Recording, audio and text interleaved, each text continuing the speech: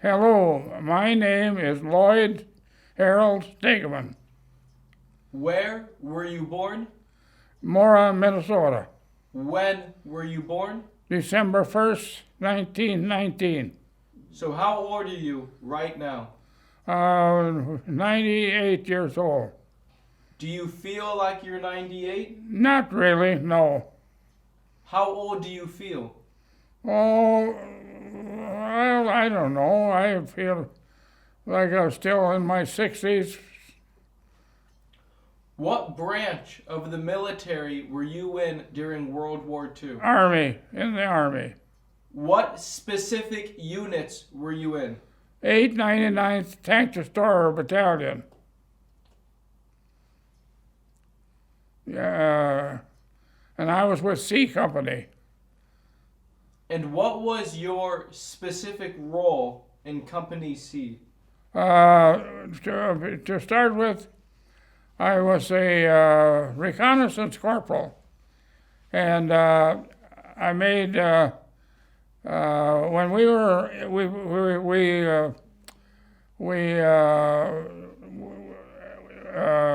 was in Washington and was training there, and this was after the training was over.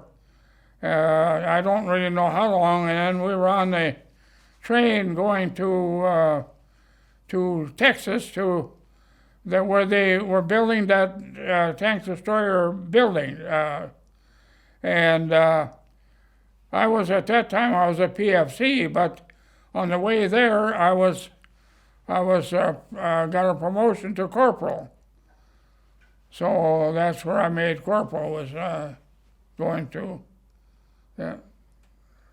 Where did the 899th Tank Destroyer Battalion, where did they see combat? What countries? We started in North Africa. We went there from when we left. We got the first place we stopped was North Africa. And then we were supposed to go to Sicily. We did. We went to Sicily. We landed in the shore there, and it was all over. Patton had been there before us, and he had wiped them out there. And we were right. We could see Mount Etna and all that stuff, but then we went back by the ship again back to North Africa, and got on another boat, and we went to Naples in Italy. And we got there, and they, whoever he was, told us, he said, if you don't belong here. If you had horses, mules, or dogs, we could use you. But this is no terrain for tanks here. So he said, we're going to send you to England. So then we went to England. From Italy, we went to England. And there we got on a train and went to wherever that was we went to. Salisbury Plains. Salisbury Plains, yeah. And that's where we trained with the tanks out there. And I was still a corporal. But that was my duty. But I had a Jeep though there. That's something I didn't have before, was a Jeep. I had a Jeep. And every Thursday we could go and get filled with gas if we needed gas. And so we go down there, and I had a driver, and he would be the one to put the gas in. And I could smell fresh baked bread there while he put that gas in. So I thought, boy, that fresh baked bread, that's real. I'll check that out. I just kind of went around the corner there, and here on a shelf on the windows facing out was a whole shelf full of baked bread. And the lady says, I bet you'd like some of this, wouldn't you? And I said, I sure would. She said, you know what? She said, if you got the money for it, I would sell you 3 loaves.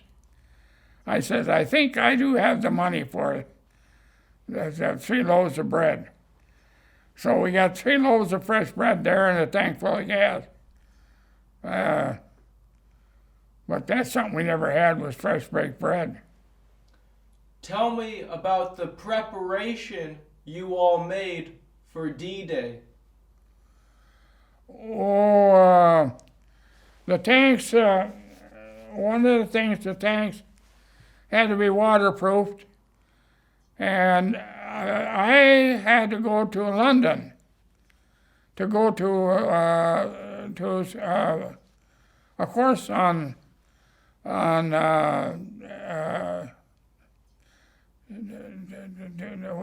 doing that.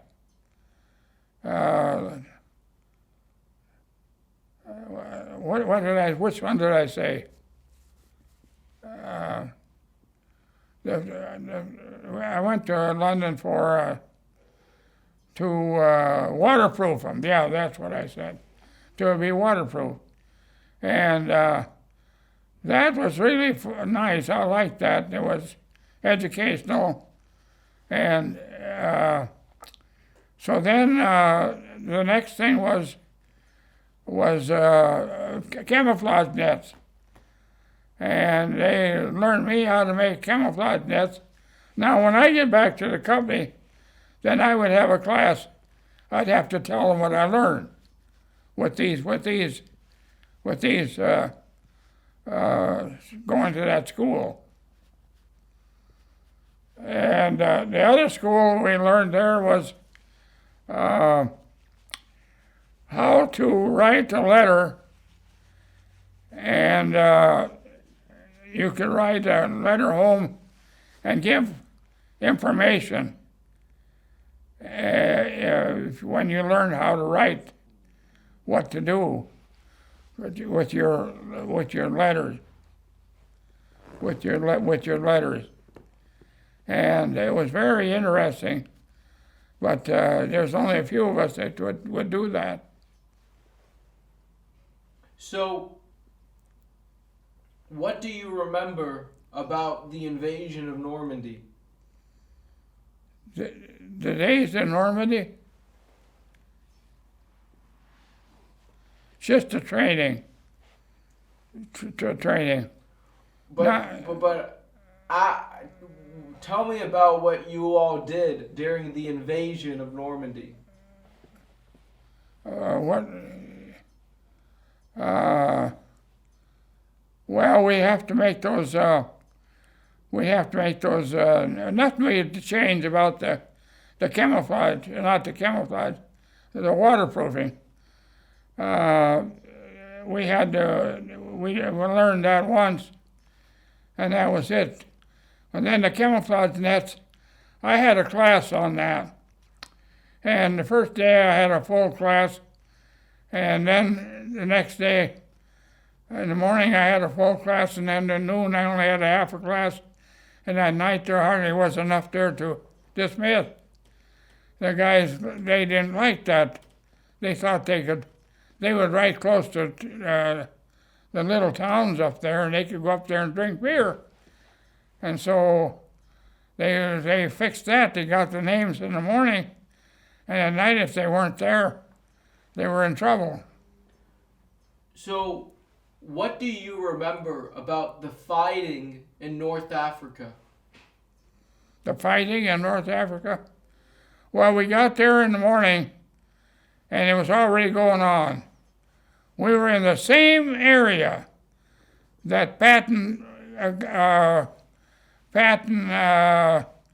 he destroyed that battalion that his son was the commander. And they captured, well, they didn't capture all of them, some they took off in the desert, but they destroyed, it was a, what do you call it, kind of a, they just destroyed everything in that battalion. Well, we were there the next day, and well, then that night we had a terrible rainstorm, and in the tent, and I had rifles, and it was raining so much that there was about 3 inches of water, 3 inches of water, right in the tent. We were laying in the tent, and we got that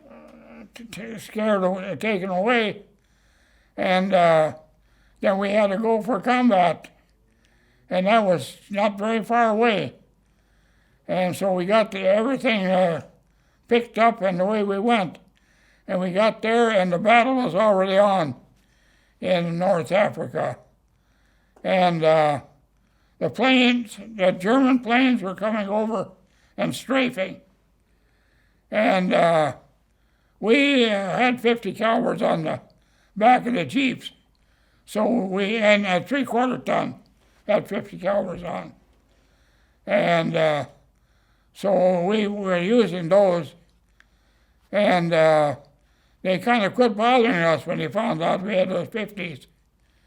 But the main battle at front was going on, and we didn't get right up amongst it, but we could hear it, and we couldn't see too much of what was going on. But when it was all over, we had lost, B Company lost 1 tank, and there were 6 guys in it, and they lost all 6 men. Now, that's what they said, they lost 6 men in it. Now, I don't know for sure if that's right or not, but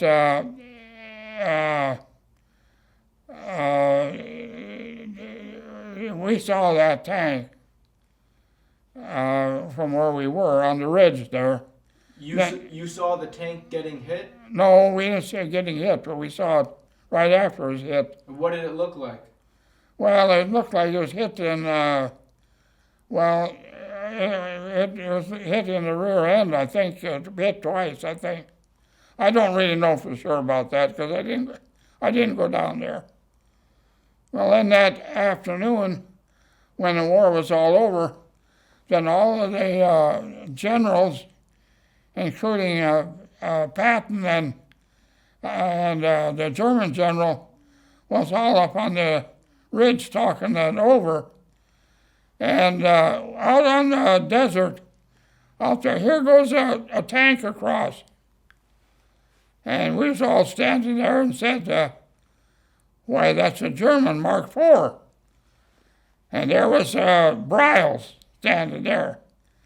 He said, yeah, that's a Mark IV. And they said, well, if it's a Mark IV, get him. And so he looked and he says, yeah, I can do that. So he got all lined up. And we saw that tracer when it went. We could follow the tracer. When it left the muzzle and it went out to that tank. And here he hit that tank and stopped right there. And we watched, and nobody got out of the tank. Well, now what's going on? What happened there that nobody gets out of the tank? Well, we was just wondering about that, watching. Here come another one, a Mark IV. Another Mark IV. Another Mark IV. And same thing. And Briles, he said, well, I know how far it is. It's 1,000 yards. So he shot that one, got that one stopped. The same thing. Nobody got out of it.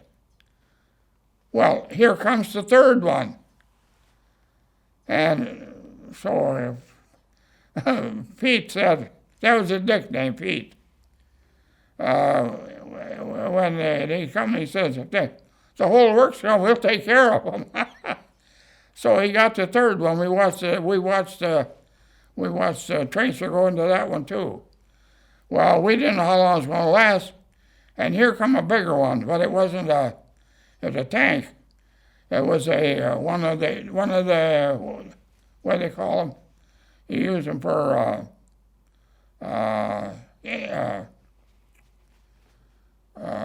what's the name? To fix the tanks. If you had trouble, you'd call one of those. Like an ordinance. Yeah, ordnance. They call that was kind of it was. It was a big one, and so he fired around and he hit that one too. And they had 4 vehicles out there, all knocked out, and we never went out to check and see where the people went. We don't know. We don't know where they went, whether they were killed in there or I don't know.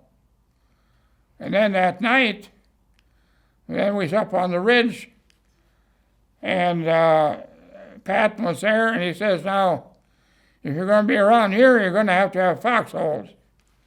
And he said to Captain Heckathorn, that was my captain, he said, you got a foxhole, don't you, Captain? No. He says, well, you're going to have one now. And so he talked to his driver and his radio operator, and he said, well, go just around down the hill here, ridge, and on the north side there should be dirt there to dig. You should be able to, here you can't dig up here. It's all rock. And so they went down there, and the one who was a Calamine was his radio operator, and he went down there, and he dug a pit, and it was one of those with bouncing betties, and it bounced up there and it hit him in the stomach, and the other one, the driver, he got hit also, but he got killed. Calamine got killed right there. But Robinson, I just have to think of that now, was Robinson was the driver. Was Robinson killed? No, he lived. He lived. And so Calamine was hit in the stomach. Yeah, he was killed right there. What was a bouncing Betty? Yeah, it was a bouncing Betty. What was a bouncing Betty? It was a mine. It was a mine when it fired. It come off the ground about 2 feet, 18 inches, 2 feet, and then it went off, bounced out of the ground. So tell me, what was your role? You were in reconnaissance? I was reconnaissance, but there was nothing for me to look for. So, tell me about the job of. I mean, were you in a reconnaissance platoon? Yeah. What made up a reconnaissance platoon in a tank destroyer battalion? What vehicles did you have? Jeep. A Jeep. Had a Jeep. And. What other vehicles? Well, that was about it. Was it just Jeeps? You always went where the tanks were going to be. You had to go there before the tanks got there, and see if it was what was there. It was kind of a hairy deal to do that, because you're up there all the time out front, looking at those, if there's buildings there, what the buildings are like, and if the troops can get in the buildings, or the tanks, if they can escape, if they're hit or whatever. It has all the stuff you had to look after as reconnaissance. And then that night after Calamine got hit with that mine, and then the captain comes over to me, and he says, now Fred can't drive, he's hurt, he's wounded. They've got him in the hospital. You can drive me, can't you? And I said, sir, I can drive a 3/4 ton. It ain't too much difference between that and a van car, is it? No, he said, you can do it. So I drove the captain's command car, and we followed the troops. They were following Rommel when he went towards Gabe's. And we were just following him where he went because we weren't giving him a chance to settle down. And we went across this desert, and we got, it was getting in the evening, and Captain Heckathorn says, drive over there by those trees. He said, that's a good place to stop. There's a shade there. And so I done that. I drove over there. He says, yeah, you're doing all right. And I said, well, it's different. And so then when night come, he said, now he said, you'll have to take care of the radio, and what if it comes in, you'll have to answer those calls. I said, yeah, I can do that. And so he says, well, I'm going to go and get some rest, and I got to dig a foxhole. So he dug a foxhole, and he disappeared, and it was getting dark, and it was hot out there, and I left the windows in the command car open. And all at once, here, the window was just filled. And here was a guy standing in the window, with his arms on the window, and said, my name is, oh God.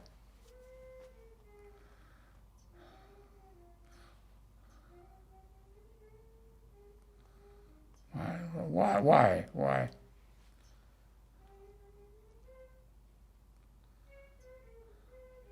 Well, that's what he said. My name is Friend. That's what my name is, Friend. And I thought, boy, golly, now that's not right. My name is Friend. And so he said, what outfit is this? I said, it's a tank destroyer. I said, what outfit is yours? I don't know. And I thought, by God, here's a German for sure. My name is Friend. And so we questioned him some more, and he said he didn't know what outfit he was with. And I just thought to myself, I bet he is from where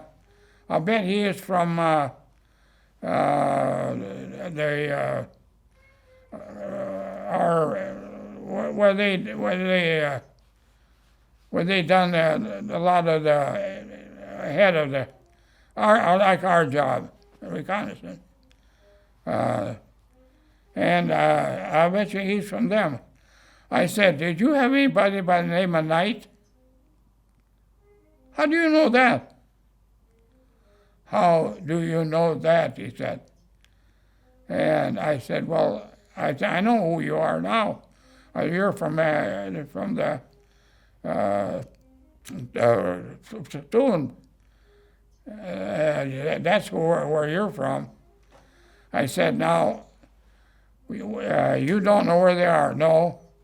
I said, well, I'll give you a blanket. I gave him a blanket. You get underneath this. You get underneath this here tank driver thing. You get underneath it there, and you get some sleep. And tomorrow in daylight, we will find you where you belong. And so he did. He took the blanket and went. And I shut the window then. And the next morning, here come Captain Heckathorn, and he says, how was your night? And I told him, I said, well, I had that company. And he says, well, you handled that all right? And I said, well, he's underneath the tank now, command car right now, if you want to talk to him. So he went and looked under the command car. He says, nobody there, but there's a blanket there. Uh-huh. So here he takes the blanket, didn't take the blanket, but he's gone. So I didn't hear no more about it. We never did hear about it. And now, way almost a year later, I'm in the hospital in Washington, and they brought out that book, 899th Tank Destroyer book. And I got to looking in there, the names of people killed, and here was Friend, old Friend, and the day. There was exactly a year from the time that I talked to him, and here I'm in the hospital, and here I find out that he was killed. He was killed on the, now this was whatever day that was, 23rd, I don't know. But I knew it was him, Friend, because it was Friend in the history book. So that was my experience for that day. That was enough for one day. What happened after that, the next day? Well, we followed where he headed for Gabe's, and not much was going on. But that evening we caught up with him. Who? Rommel and his tanks, and they were gonna the reconnaissance lieutenant. He wanted to get a tank kill. He wanted us to go out where the German tanks were parked, and we had well, I don't know, some kind of a grenade or something. If you could sneak up at night, you could use that to put in the rear end of those tanks. Well, then all at once they're talking about that, and you could hear tanks coming. And so they wanted to get a tank kill if they were, so they said, well, now, when the tanks come across in front of us here, you make sure you identify them, that they're not ours. Well, it's night, it's pitch dark. And so we're here, the tanks are coming down there. And boy, I'll tell you, they were making noise, and right close by, just across, like a deep ditch there, or a creek, I don't know what it was. And we never got to fire a shot there. There's our own tanks. We identified them. So that was it. And then they wanted to know if we knew where the tank battalion was, and we said, yeah, that we know where they're at, and they would, could you lead us? Well, the captain told my driver, James, he said, you lead them to where the tanks are. You know where they are. So James, George James was his name. You go and lead them to where the tanks are. So we did that. And here we left our packs and everything. Well, all right, almost open territory.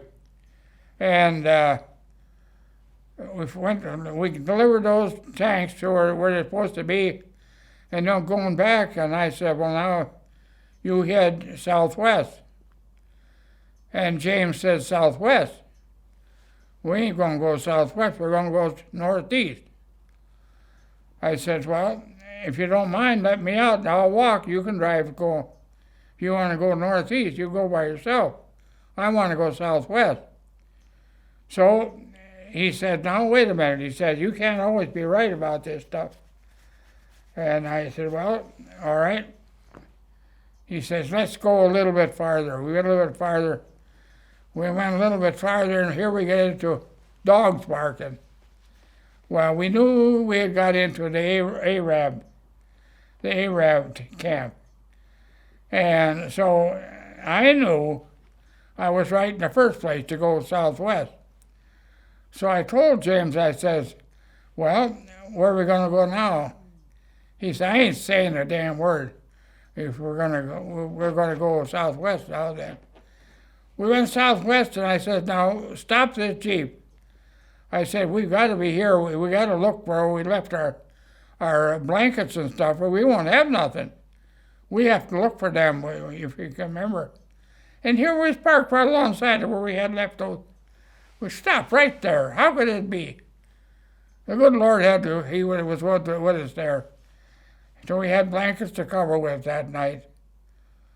Yeah, and then leaving that next day, we were on the way home to going to Casablanca, and there we stopped on for a rest, and here the German helmet, and there was a grave, not a grave, but like a pit there. So we wondered how much our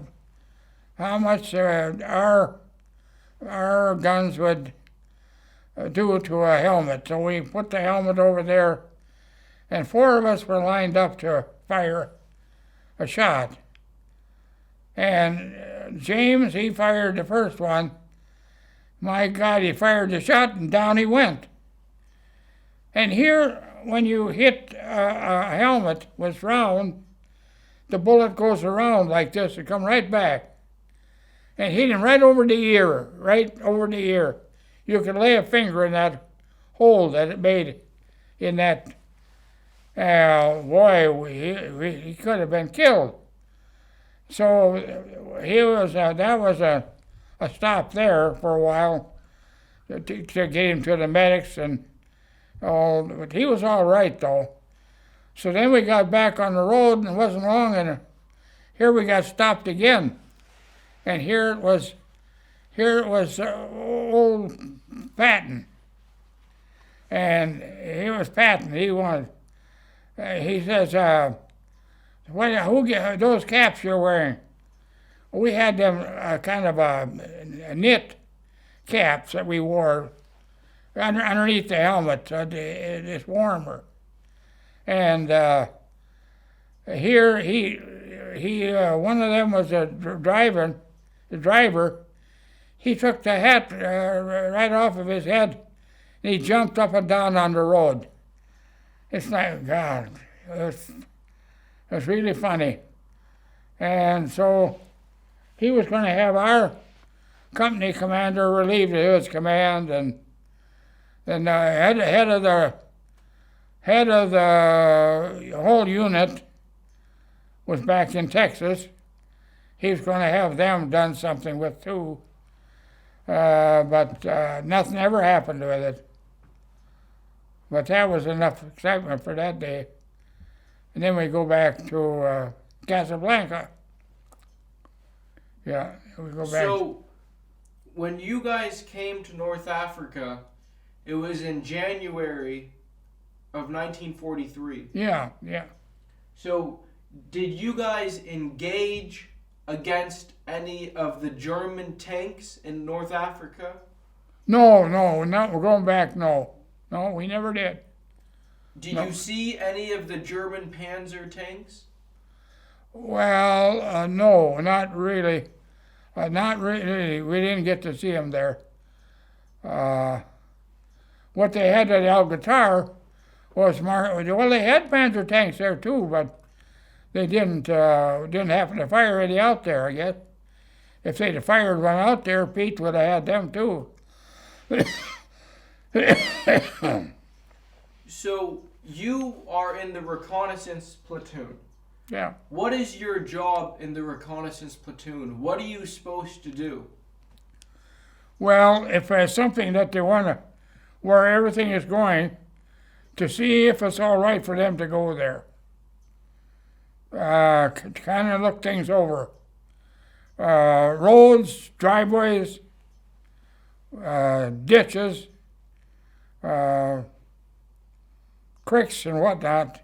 So you would go ahead of the main battalion to scout. Yeah. What kind of things were you looking for?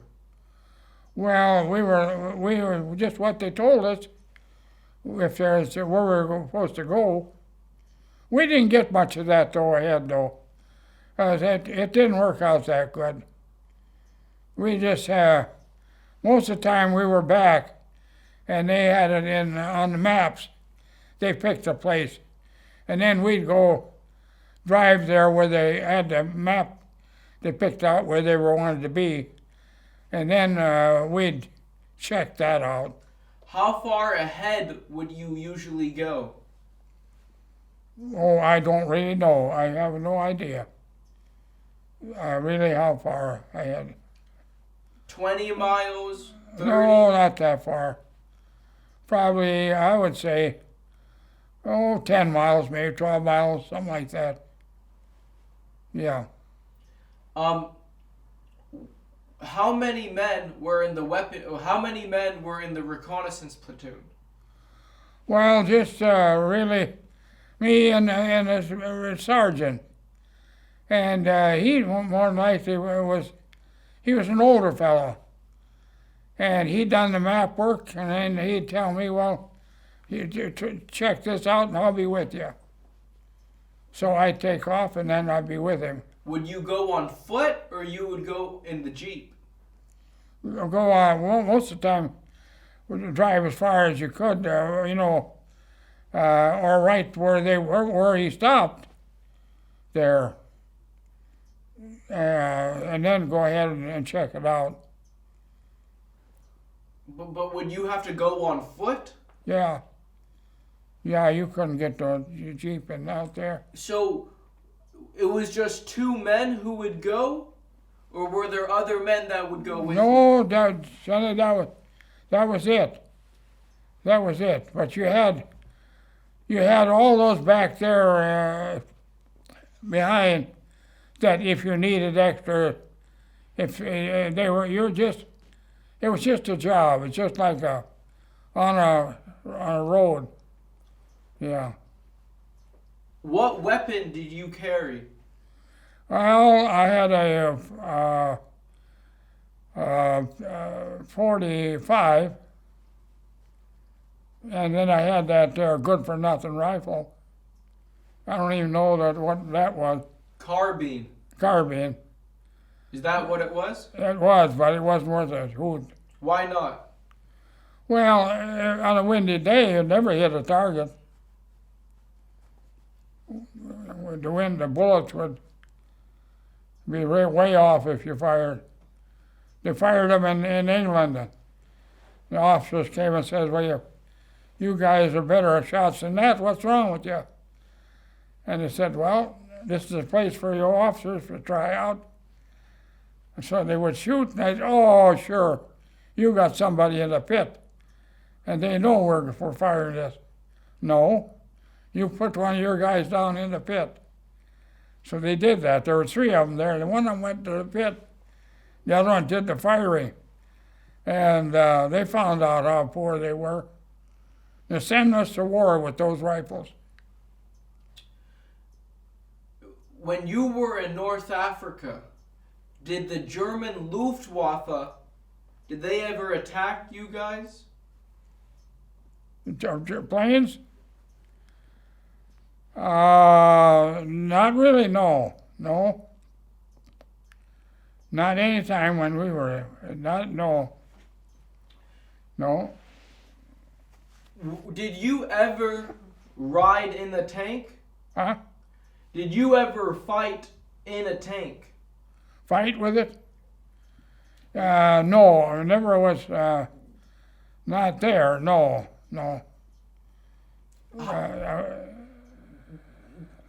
Do you remember taking on enemy fire in North Africa? No. See, that was going on when we come there. It was going on when we come there. So there wasn't much combat in North Africa. No, it was just one day. Just one day. And what happened? At one time there, what? Yeah.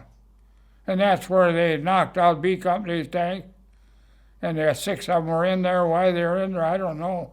Well, it looked like a tank, but it looked like it was hitting the back end, but it must have been hitting the front too, to hurt the soldiers like that. So after North Africa, you all go where? Sicily. Did you see any combat in Sicily? No. It was all done. So what did you do in Sicily? Nothing, just saw Mount Etna and something we'd never seen or heard about, and we heard about it, but never seen it. And then they said we had to go back to North Africa. So we went back to North Africa and we got on another wooden boat and went to Naples. And what did you all do in Naples? Nothing.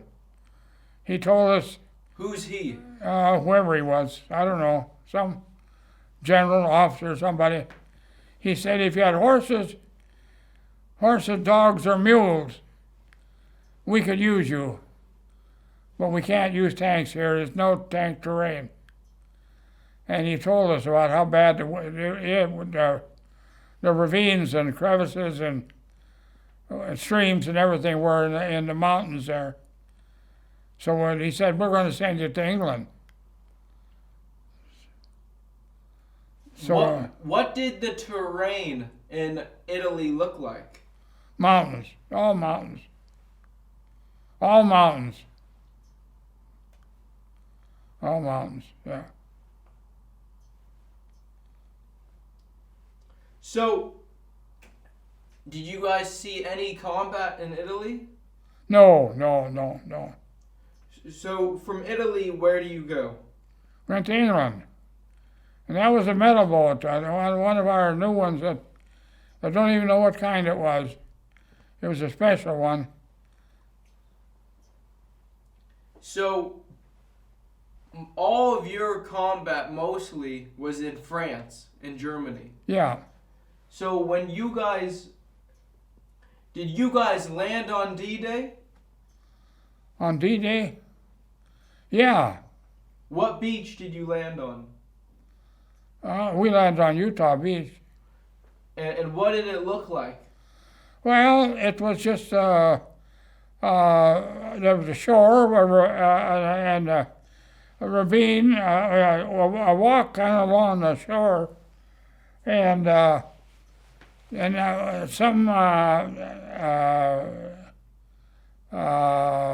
he was walking the Jeep with a pistol. Who? Now, there it is, I lost it again.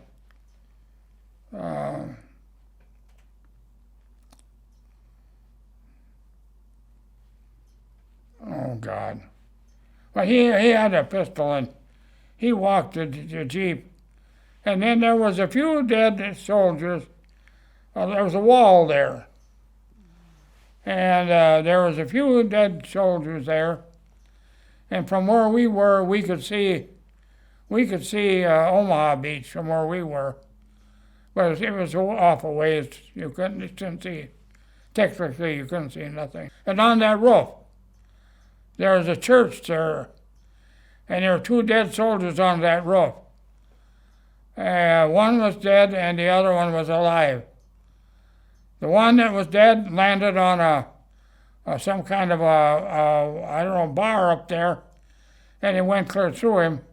And the other one, he rolled down the roof and to the edge, and it was pretty steep there. Now, he would probably have gotten really hurt bad if he'd rolled off. But no, but that was what we saw there. Where? And that was right on the beach. It was a church? Right there in that little town that we landed in. But they were landing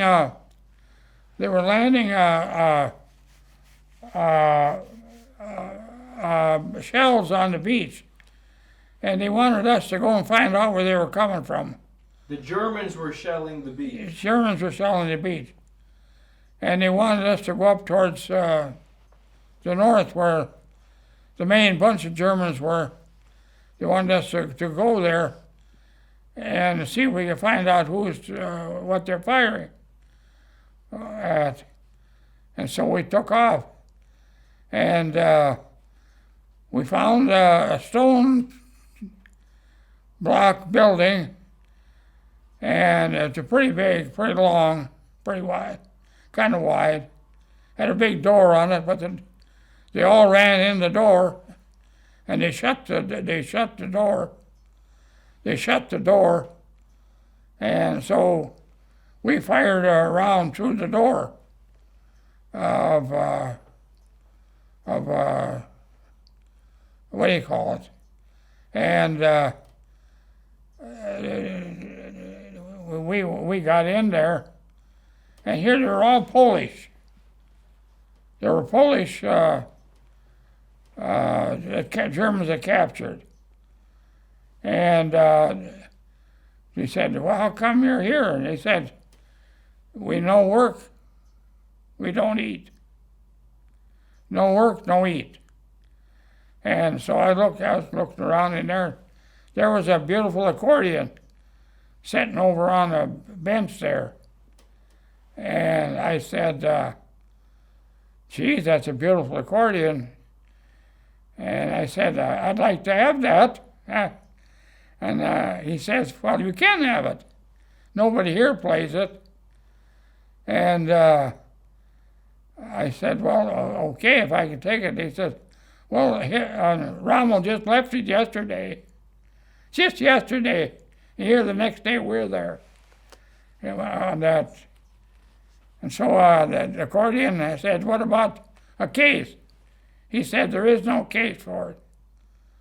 He said, I'll fix it. So he got a canvas, a little canvas, and he wrapped the accordion in the canvas, put some rope around it, and that's where I kept my accordion. And I got that accordion at home, but it don't play. It got too much moisture in the tank, in the tank. What do you remember about Cherbourg?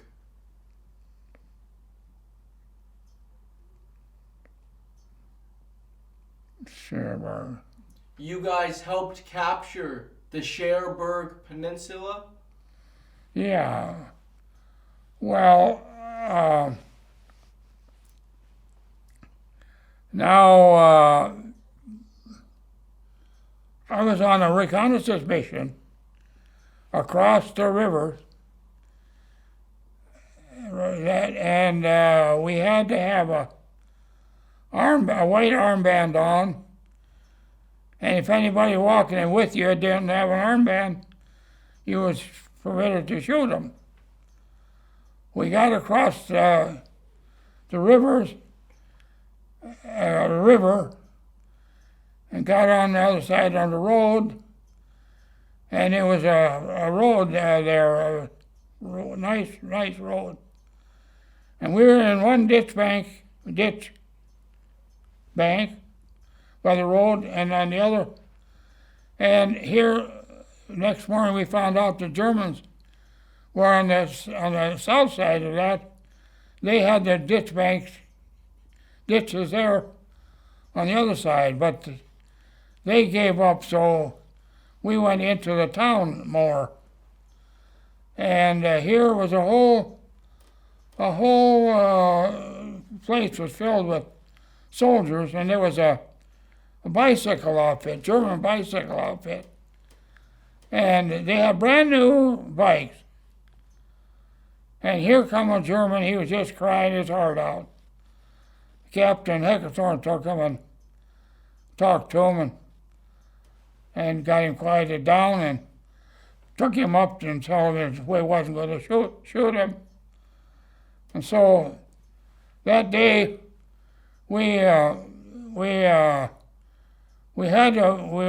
there for reconnaissance because the tanks were supposed to come across, So we were kind of looking around, but had no water, nothing to drink. First, get out, and we was in a house there, and the floor, the floor was, when he walked on, the floor gave. So I thought, well, let's see what's in the basement. So we raised up the floor. You never saw so much liquor in your life. All bottled liquor. And I don't remember what the lieutenant says, well, boys, we don't have water. If you've got a thirst, here it is. And so we all had a good shot of liquor for our dry throats. Well, that's fine. That went on all right. And here they come from across, and they wanted me to go. And another fellow. Two of us had to go back across the stream. We got in the Jeep, and here we went clear back to where we started out, but it was just across from it. And you know what you soldiers are going to do? We're going to split the peninsula tonight.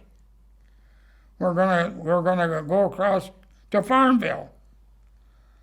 And boy, I was scared daylight.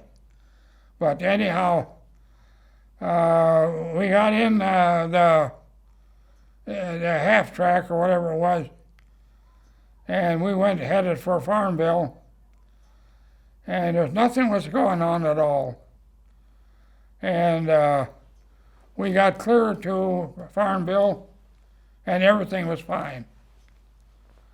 But the story we find afterward was that the 9th Infantry was supposed to keep that, when that trail we made, they were supposed to keep that trail. They were supposed to keep a trail, so we were the only ones using it, not the Germans. Well, the Germans broke through there that night, and the whole brigade of German troops broke through. And I've got a picture of that at home, of that general. But anyhow, we went from Farmville, we went around clear up to where they had the hospital, where the Germans were all bivouacked. And that was the end of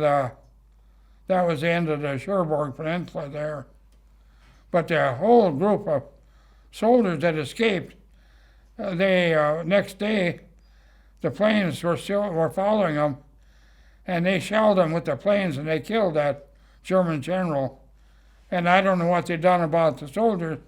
I don't know that. But they killed him. And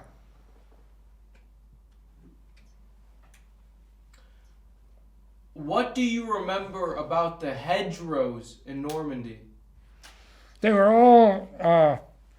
all trees and shrubs and thistles and yeah. How would you guys go through the hedgerows? We hadn't really much of a way, but they put blades on some of the tanks. We didn't have any on ours, but they had blades to get through. We had nothing to bust the hedgerows with. Did you guys fight in the hedgerows? No, we never really did do much fighting in the hedgerows. It was infantry always seemed to be protecting us for that. So when your tank destroyer battalion, what time did you land on the beach? I don't know what time it was. It was in the morning, I'd say 10 o'clock. And it was on June 6th, Yeah. 1944? Yeah, I think that's what it was. It was on D-Day. Yeah, on D-Day. When you guys hit the beach, where were you? Were you in a tank or? No, I was not really. I was really walking. You know, out there when we were coming in, that guy on the boat says this is where you get off at, and the lieutenant says I'll check the water. He took that pole and checked the water, 18 foot of water. That English guy running that boat wanted us to get off, 18 foot of water. And Captain Hagethorn said, we ain't getting off here. We got to get in closer than that. Boy, he turned pale. He went in some more, and he said, this is as far as I'm going to go. So they checked the water, and there was 8 foot of water there. And they had to back the tank, not back, ran the tank off, and there was a Jeep that was going to follow him. And so they did. They took off with the tank and that Jeep. And that poor guy was standing up, and his arms up like this, his head up above the water. And there they were going through the water for shore, that deep of water. Yeah, and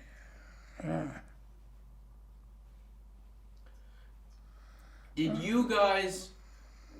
So some of the tanks how many tanks are in a tank destroyer battalion? 36. Were all of the tanks made to be amphibious? No, I don't think so. I don't think so.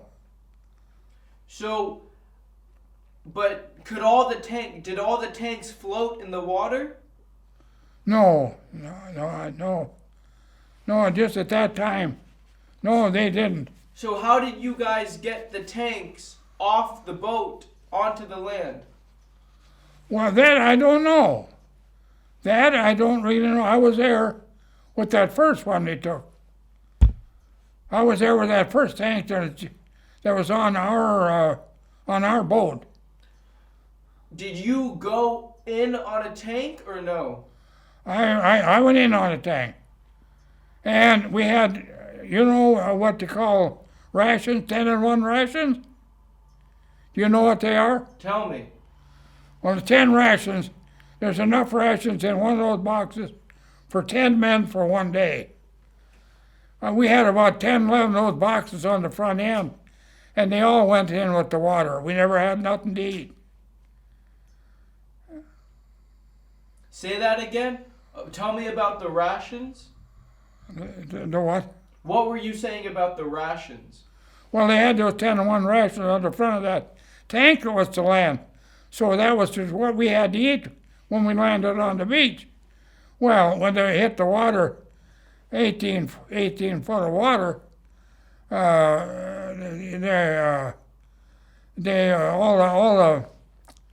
all the rations went. So we didn't have nothing to eat. But when you were going onto Utah Beach, were you inside a tank or No, just in the boat.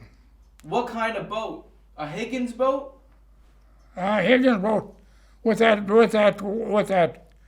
what do you call it in front? That big ramp in front. Yep. So when the ramp went down, were you guys taking on fire? Taking on what? Were the Germans firing at you? No, they weren't firing us very much. It was all on Omaha Beach. They didn't bother us too much.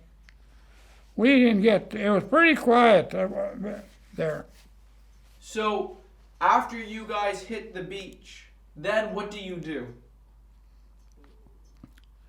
Well, when we hit the beach, we were just there, and they were landing that shell there, that big shell. Who? When they told us. Who? The Germans. What were the Germans doing? They were landing a big shell on our Utah Beach. And that's when I told you they told us to they wanted us to go and find out where that's coming from. And how did you guys figure out where it was coming from? We went with the tank, Were you riding on top of the tank? inside of it, What was your position inside the tank? just riding in it. I'm standing up, I guess. Yeah. But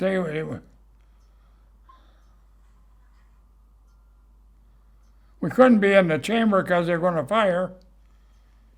It wouldn't be in there. We was in the front. When you were on Utah Beach in France, were you still part of the reconnaissance platoon? Oh, yeah. Yeah. I was still reconnaissance. That was my name. So, Everything comes different. It's just like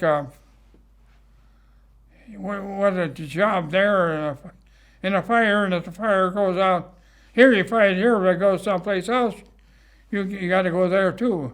So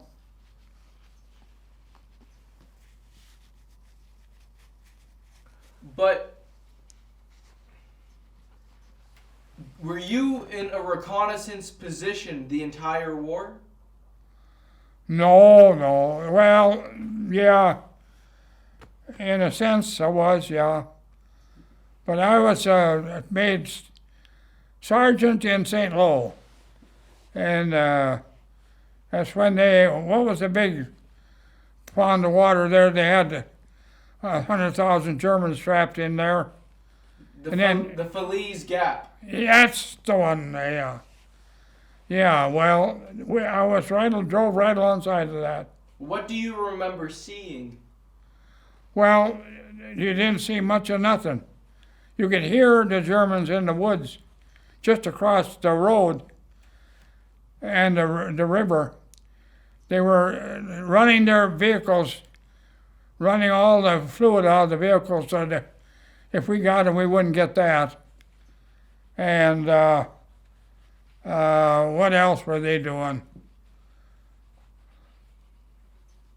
Yeah, using up everything that they didn't want us to have. Did you see any of the destruction done to the Germans at the Falaise Gap? No. So, But as that was going on that night, we were there. That night we was out there, and here we hear a tank coming. Now I was the first one on where we were going to leave there. I'd be the first one to leave and get out to the open country. And then there were 3 tanks. We lost a tank that day getting there. We lost a tank getting there. what happened? It got hit.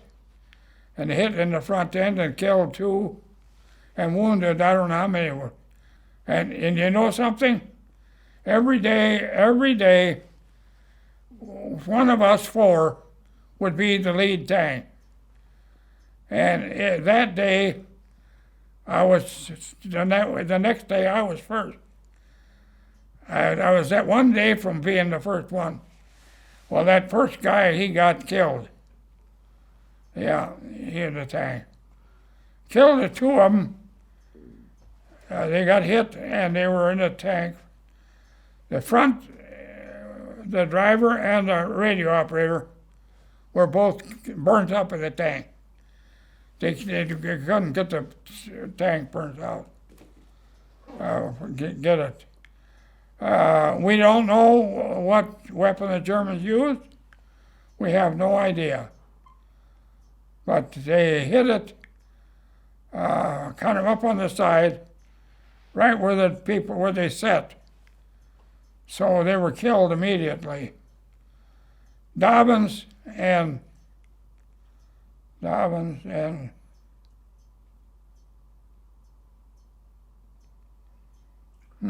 why? But you were telling me, what were you saying? You were going to say something about the Falaise Gap. You guys were going towards the Falaise Gap. And the Germans, you were saying something about the German tank. Oh, German tanks were in there, and the English left the gate open. They had a tea party and left the gate open and left a whole slug of Germans out of there.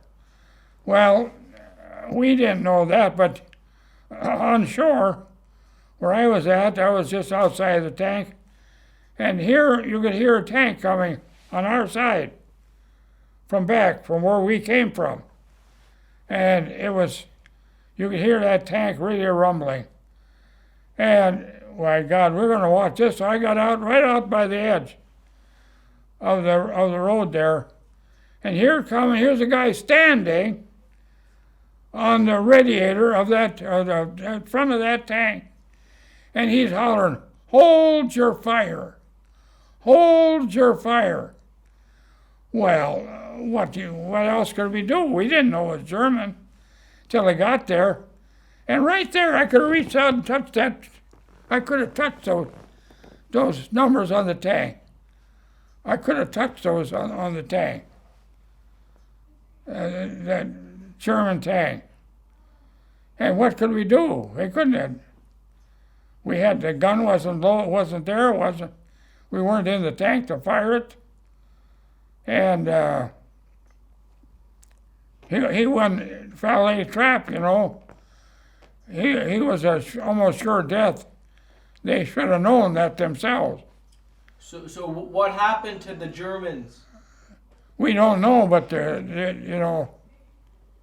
You said you could touch the German tank. Yeah. So what happened to did you guys capture them? Huh?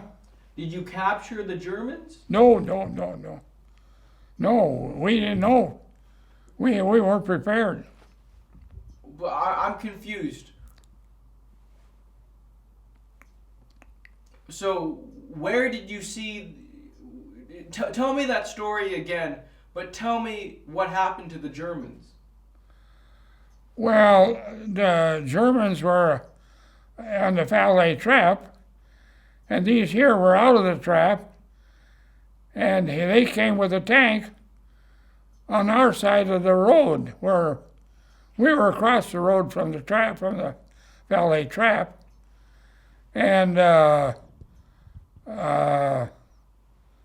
we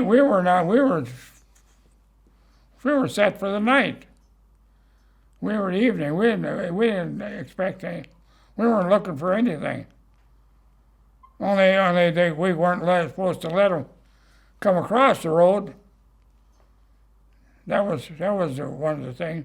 So some Germans were able to escape the Falaise Gap. Where they were, where the English let them out. So then, Chamboy. I think it was Chamboy or what the name of the place. So what happened? What did you see?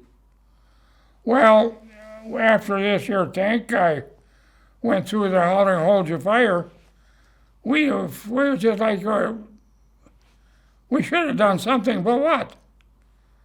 He fooled us. We were fooled completely. That was a pretty good trick they pulled there. So it was you saw a German tank. Right? Yeah. Did you know it was German when he was saying "hold your fire"? No, not then. Until he was right alongside of me, and right out like where that register is there, and there it is, in German letters. Yeah. Could they see you? Yeah, they saw us. You had to see us. So where were they trying to go? We haven't the foggiest idea. We don't know. They were escaping. But now Patton was way down there. He was beyond that. So what were they thinking they were going to do?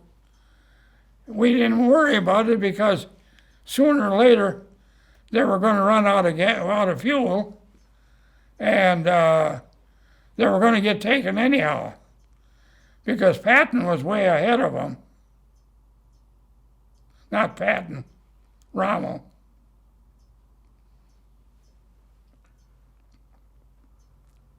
I'm getting my men mixed up here. I'm having Rommel fight with I cook for my boys. I don't know whether anybody told you that. There's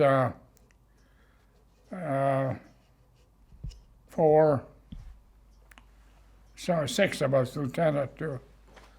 But none of us, we didn't drink or we didn't smoke. And so we had all that tobacco that come. We could get all the tobacco we wanted. We didn't smoke it, so we traded it.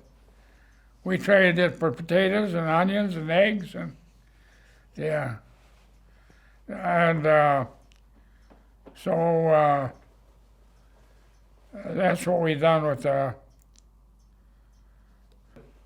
when we were coming back, when he took that helmet off of that guy and jumped up and down on it on the road. What happened? That's what Patton done with the soldier that had one of them hats on that so your helmet didn't hurt your head so bad. You could wear one of those beanie caps. They were cloth or felt or something. And what did Patton do? He took that helmet, right, grabbed it off the hair and all, put it on the road and jumped up and down on that cap. Yeah. Why? Then he wanted to get our company commander. He wanted to get him relieved of his command and that kind of stuff, yeah. Why did Patton do that? Why did Patton do it? Well, because he didn't have the helmet on, steel helmet. They had that, yeah. St. Lo was the worst beat-up town I ever seen. There's nothing left of it. What did it look like? There's rocks, just rocks. Hardly any building frames or nothing left. Just rocks, that's all it was. What do you remember about the fighting in St. Lo? Well, it was we were there once, and then we were there, they took us out again, and then we went back again, and we were there for the big one when they had all the Air Force, 1,800 planes were to come over, and there were Germans on one side of the river there, or street, wherever it was, river, and we were on the other. And well, when that broke loose, I was outside of the tank, and Spivey, that had the tank, he said to Stegeman, he said, "You get inside," he said. There's so much metal falling. He said, you could get hurt. And so I got in the tank, and but when it was all over, the one of the tank destroyer unit, that general got killed. He was just a few feet from us, where he got killed. Bomb dropped. Yeah. Did you see that? Yeah, I saw him after. I saw the Jeep too. What did it look like? It was just nothing left of it. And then they started their rounds with Captain Heckathorn. He said to Spivey, he said, "Sergeant, this will be your platoon now. You are a platoon leader. You will be a staff sergeant." And then the other guy, and then he comes to me, Spivey, Heckathorn did. Spivey, Captain told Spivey, "You'll be a second lieutenant, and this is your platoon now." And then he saw the sergeant, and he told the sergeant, "You'll be the platoon leader, you'll be a staff sergeant." And Ted was the second lieutenant. And then he come to me, and he said, Stegeman, he said, you will be a sergeant. You will have this tank. This is Ted's tank. You will have that."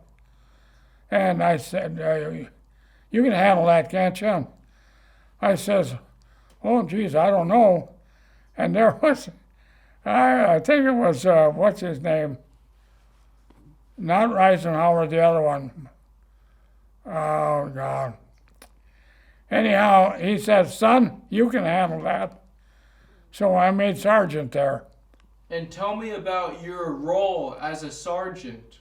What did you do? What was your responsibility when you became sergeant? Be in charge of them and whatever. If there's something to fire at, to see what it is. See what it is to fire at, what it's going to be, and so it ain't done out of whack, and what they were supposed to fire, what kind of ammunition. That was about it. So, were you still in the reconnaissance platoon? Yeah, I was still there, yeah. So, but now you were in charge of a tank? Yep. Before, you were not in a tank? I was in the tank before. I could ride in it or whatever, but I had nothing to do with it. But now I was full. you were in the tank. I was in the tank. Where did you sit in the tank? In the back. I stood in the back by the gun. Were you the tank commander? Tank commander, yeah. How many men were in your tank? There were 5. And what kind of tank was it? M10. So it's a tank destroyer. Yeah, 76 millimeter. What's the difference between a tank destroyer and a tank? Between an M10 and a Sherman? Well, one of the things we didn't have that they had, the Shermans have a 30 caliber machine gun by the driver and by the radio operator. They have 30, we don't have those.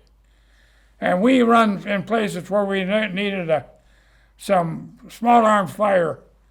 And the only way you could get it was to get your head out of the tank and use a rifle or your pistol. But they had the Shermans, they had them right by the driver. That's all they pulled the trigger. Can you tell me about some of the times that you needed to have small arms fire? Well, this is where the place where we haven't been talking about, where that little German farm, the house or barn, it was stone blocks, and they had a horse and cow and some pigs and chickens and whatnot in there. And that's where, when we came into Germany, we run into, there was no Germans. We didn't see no Germans. We were in Germany. And here was a little building that had a smoke coming out of it, a fire in it. Well, went over there, and here was a radio going. The radio was on. And we got the German guy. Okay, now I was going to get to him that could speak German and talk it. He went in there and listened to it. And here in Schevenhut, they knew we were coming or there, and they wanted to have a big artillery brawl that evening there, and right there where we were sitting. And what's his name? He shut it off there then. And that night we were there, but they weren't. In as much detail as you remember, can you please take me through how you received your Silver Star? Can you tell me the story from the very beginning? Yeah. Well, we were following the battalion, and we got this where the road went to the right, another road, the road to Jaeger House. and the captain and them, they signaled me to turn off to the side there. So I had to turn off to the side, me and the crew, the tank crew. And they said that we were to watch that road coming from Jaeger House this way. Anything that come down that road, we could fire at. Anything that come down the road was German. Well, so that's all we had sitting on that road there. Well, it wasn't long, and by God, here the Germans coming down the road right behind us on the tank walking, just a few of them, and those gun they had up there to knock out tanks, they were burning, smoking, and so we didn't know what was going on. And here, those Germans had wrecked those anti-tank guns, and they were walking down, just a few of them, walking down our road. And so I was getting supper for the boys, or getting it ready to get it. And here they come right up behind us, and he had 4 or 5 Germans with him, and he said, "Surrender or die."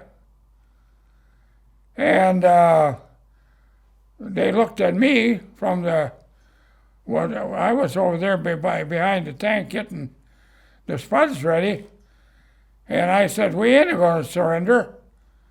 We ain't got no reason to surrender. Who are you? What do you want?" And he says, "Well, you better surrender." And I said, "Well, we're not going to surrender."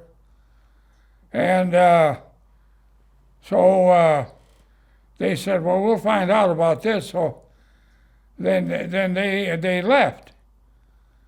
And wasn't long, and here the German force was marching right in behind them few.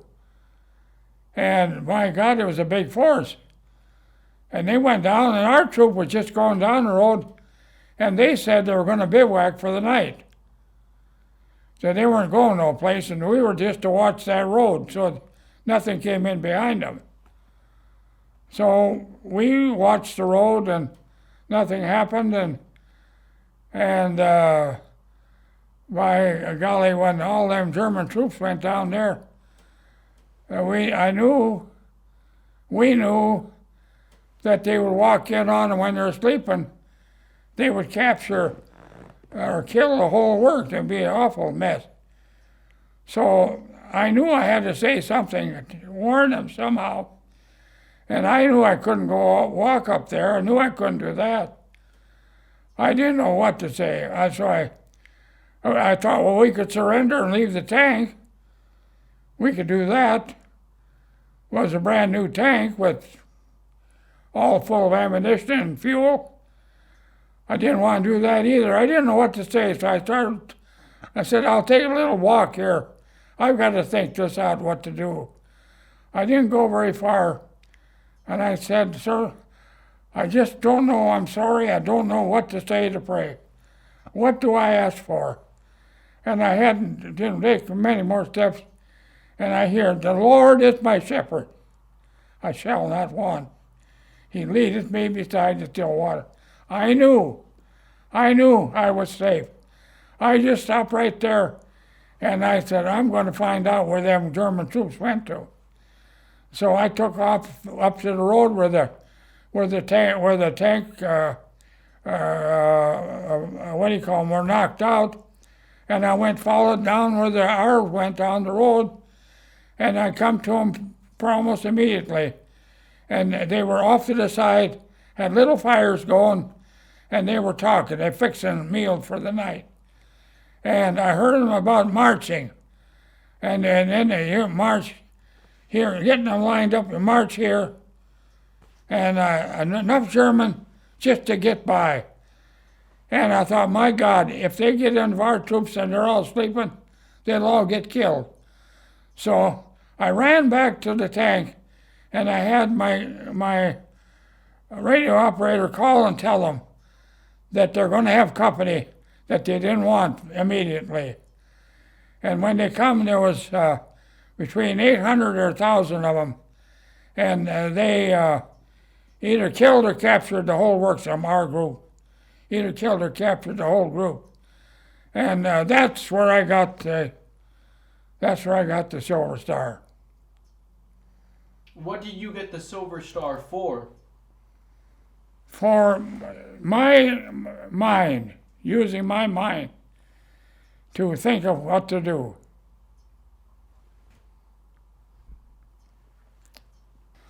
This is at Seven Hut. And we were parked right between real high, real steep. You didn't want to walk up straight up there. You wanted to walk up sideways like this to get up there. And here we were at night, and we got a shot. Now, wait a minute. That sounded to me like a gunshot. And we listened, and then pretty soon here was another one. Another shot. And what in the heck? That's two of them now. And here come the third one. And my God, that is up there. But they hit the 50 caliber machine gun. Shrapnel from it hit the 50 caliber machine gun or something. And the pieces flew. And I had pieces in my face, in my hand here. So we had to go to the medics to get that. We had to go to the medics to get that taken care of. Well, I was to go down the road to the medics. I knew where they were. And they wanted to know what we come down there. I told them, well, we got hit up there. And I got hit in the face and in my hand, my finger. And I said, it's bleeding. So they dressed it. Then the lieutenant says, you get right back up there. What? And I said, well, now, we just come from there. He says, you heard what I said. You go right back up there. I says, are you going to go with them? Yeah, I'll go with you. So we went back up there. Well, we didn't go to exactly the same place where they set off them. We parked there, and that lieutenant, he left, and we got our force going, and we didn't get no more shots from up on the hill or anywhere. So things were getting pretty safe there. So the first guy went out on guard, and he said, you hear something all the time out there when you're walking or standing there. It sounds like somebody's walking. And I said, maybe there is. He said, well, God, I don't want to be out there alone. I said, well, there ain't enough of us. What are we going to do? So I sent the other guy out there. He went out there, and we didn't get no more firing. But he said too. He said that was somebody was walking out there. Well, so I thought, well, I guess it's up to me. I'll go out and see what I can find. What's walking out there? So I went out there, and I heard this here walking. I looked, and here was this rabbit. And it was the corner of the fence, a yard fence. It was a corner, and the rabbit would run to the corner, and they'd look around the corner. Then he come running back just as hard as he could run. Okay, there I'm using my Constitution again. Something is right close there. I'm going to find out. So I went up to the corner, stuck my head around the corner, and right in the face of a German medic. The reason why I know it was a medic is because he had a helmet on that said it was medics on it. And so, the little bugger, little guy, had a smile on his face. Well, holy cow, this ain't no place to have a smile on your face. I couldn't believe it, and what I was seeing. But he's a medic. So what can I do? I can't shoot him. But there's things I should have done I didn't do. And now I know I should have looked in that case that he had carrying. And so anyhow, I marched him down to where, I wanted to go and see. I looked around the corner to see how far there was, if there was any troops. If there was any troops behind him. There was nothing behind. There, again, you use your Constitution. With medics, he don't come in front, he goes behind. So where there were troops then are coming. So I looked, there were no troops there. So I thought, well, I'll take him down by the gate. They had a few troops down there. They had a few captured. And so I took him down there and I sat on his case, medic's case, and I wanted to look on the other side of the house. I looked up that street and I never saw so damn many Germans in my life. That whole street was just filled with Germans up there, towards Chevenhood. Well, I didn't know what to do. I didn't want to drive a tank down there and run a tank in with a tank missile. So I called a tank with a 30 caliber machine gun. And he came up there and he ran that 30 caliber machine gun. Now I don't know, he might have run 2 blasts I only said 1, but I don't know if he run 2 or what. But he right into that whole mass of Germans up there. Well, I stepped out and I hollered for him to surrender and motioned for him to come down. And by God, they did. They come walking down the road. And I put him where I had put that little medics in there. They had a few other Germans captured there. And I left them there. And so that's the end of the story. How far away did the tank, when you called the tank to come? They were right down where the medics were. Right at the end of the driveway. But wouldn't the Germans, wouldn't they notice an American tank coming? I don't think they had time. They were up the street, you know. How far away was the tank from the big group of Germans, would you say? Oh, I would say maybe 100 yards. I don't know. It was kind of dark, but not really dark, but I could see those medics up there. Or those troops, all right.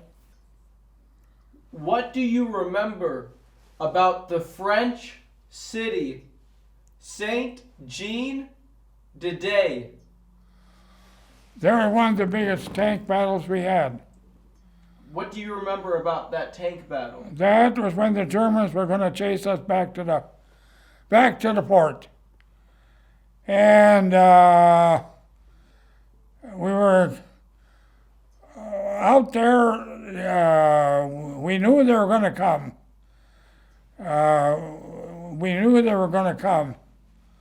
And so we were kind of waiting for them behind a hedgerow. And here come one up the road, and they said, some of them said, Didn't know that tank was down there, and I said that tank wasn't there. If it's a tree there, it's coming. So we watched more close, and sure enough, just barely moving, coming up the road. And so we, right across from us, not over, right like that, not over 50 feet, here was our tank. And the guy that run the tank was outside of it. And we told him to get back in that tank and fire at that tree that's coming up the road.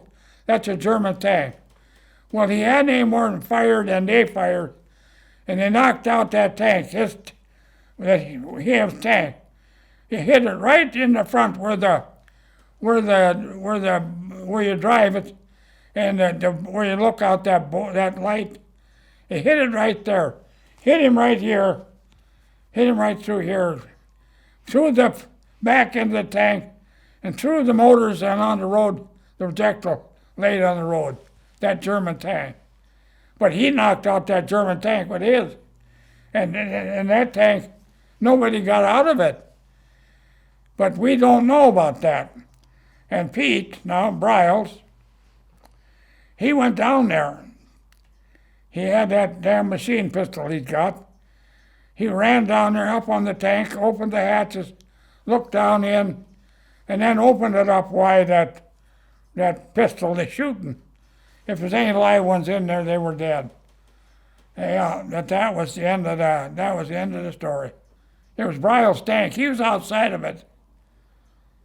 He was outside the tank. It was just nothing was going on, which is unusual. And then? And this guy was in there. He was a radio operator, or a cell phone, and he was just sitting in the tank waiting to eat. And I was out there just watching the procedure. Well, and that's when they knocked out that German tank, and I don't remember for sure. The 6 or 8 tanks we got that day. Did your tank fire at any of them? Yes, yeah, our tanks did. Did your tank knock out any of the German tanks? No, I wasn't in the tank myself. I was reconnaissance. So,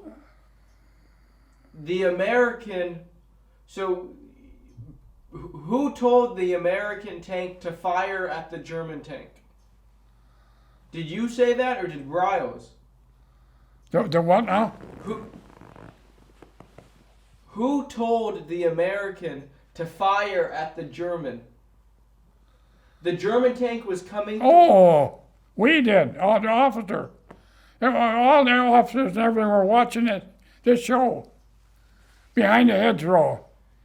Up on the hill, way up on the hill. And so they told the American in the tank to fire at the German. Yeah, he told the American that, yeah.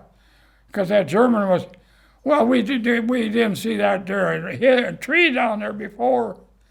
Then all at once, here's this tree. And I saw it moving. I was there. Yeah. And so, when the American fired at the German tank also fired at the American. Yeah. One round. And where did it hit the American tank? Right where the radio or thing is. If you're on the outside, the radio where you would speak, the speaker or whatever, around, it hit right there, where the driver would sit. And was he hit? That's where he got hit, right through the stomach, for the ribs and the guts.